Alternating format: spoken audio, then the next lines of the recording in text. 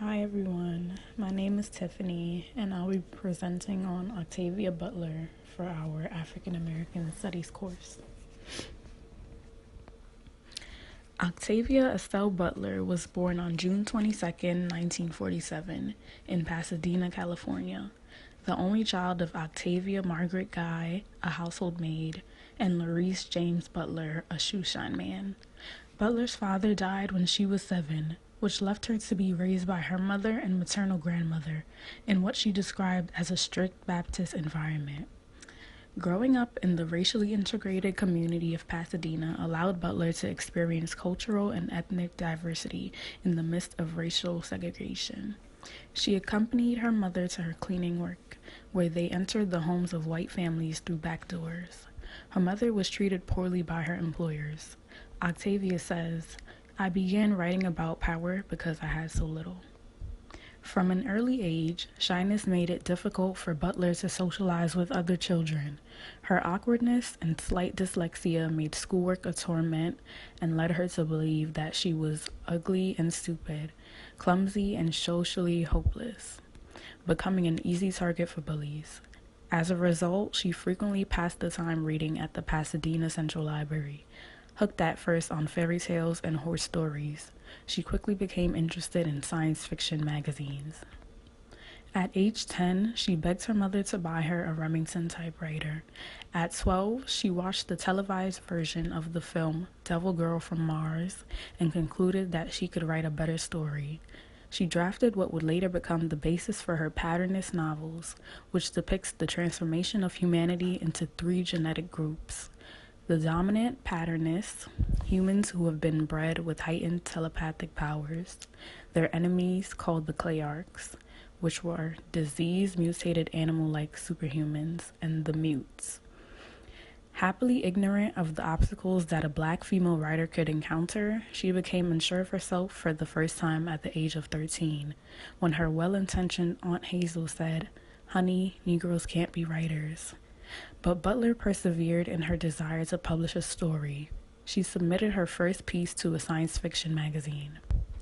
After graduating from John Muir High School in 1965, Butler worked during the day and attended Pasadena City College at night. Butler continued to work at a series of temporary jobs. She preferred less demanding work that would allow her to get up at 2 or 3 in the morning to write. Still, success continued to elude her.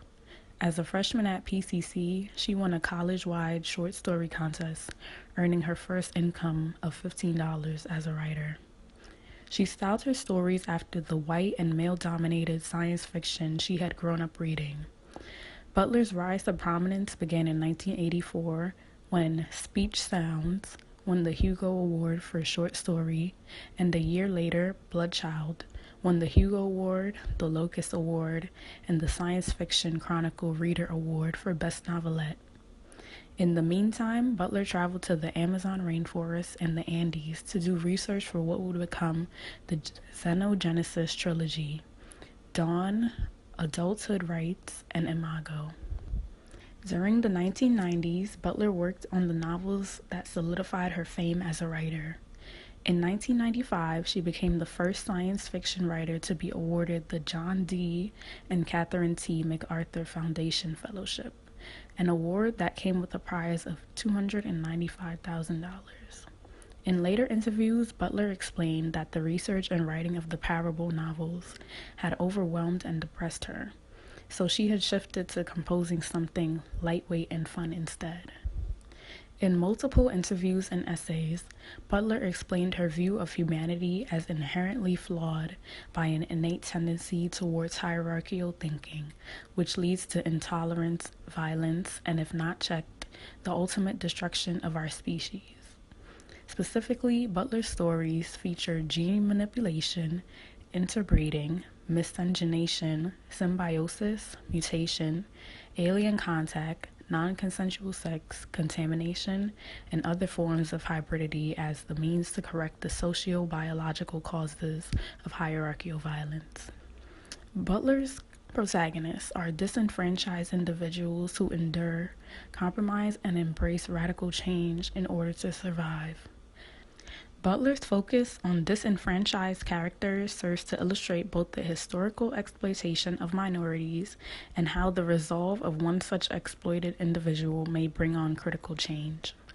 Butler's work has been associated with the genre of Afrofuturism, a term coined by Mark Deary to describe speculative fiction that treats African American themes and addresses African American concerns in the context of 20th century technoculture. Some critics, however, have noted that while Butler's protagonists are of African descent, the communities they create are multi-ethnic and sometimes multi-species.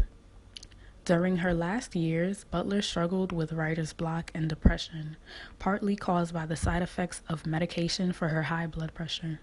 She continued writing and taught at Clarion's Science Fiction Writers Workshop regularly.